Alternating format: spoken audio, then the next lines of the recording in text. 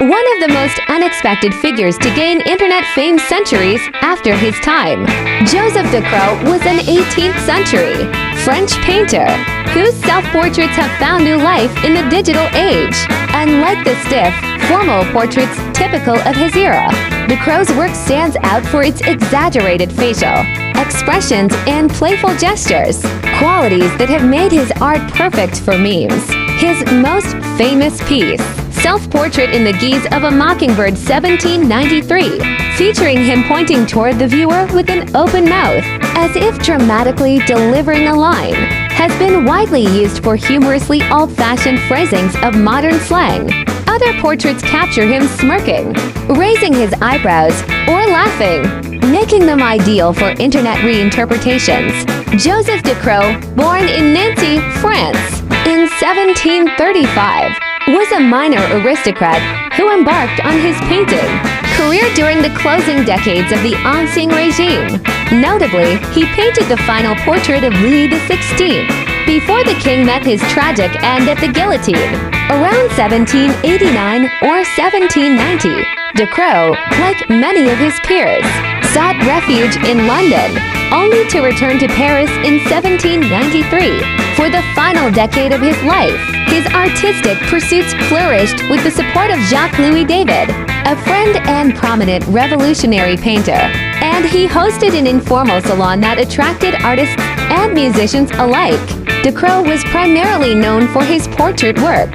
His early creations, rendered in pastel, featured esteemed figures such as connoisseur Pierre-Jean Mariette, the Comte de Caylus, and Ange-Laurent de l'Olive de July.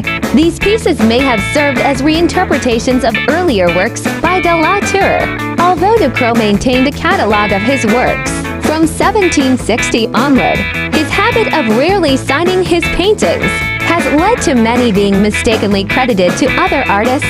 Among his notable portraits are those of Pierre Choderlos de Laclos, Maria Theresa of Austria, as well as depictions of Louis XVI and Marie Antoinette. Ducreux also produced a series of memorable self-portraits in the 1780s and 1790s, including one from 1783 that captures him mignon, and another portrait de l'artiste sous les traits d'un Mercurci, 1793, Louvre, in which he is seen laughing heartily while pointing directly at the viewer. Through these self-portraits, Ducreux sought to liberate himself from the rigid conventions of traditional portraiture. His fascination with physiognomy, the idea that facial features can reveal inner character, imbued his work with warmth and individuality. The unique blend of directness, ambiguity, and exaggerated expression in his portraits initially elicited mixed reviews. However, in the era of social media and internet memes, his works have experienced a remarkable revival, with images like the famous self-portrait from 1973 resonating with modern audiences who delight in pairing these timeless expressions with humorous, anachronistic captions. Ducreux had many children. His oldest son, Jules, was a painter and infantry captain who perished in the Battle of Jemappes. Several of his paintings still exist. His other sons died young.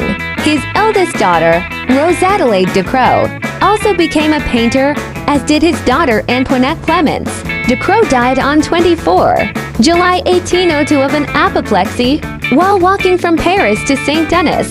Photo credit, Wikimedia Commons, R.H.P. Louvre.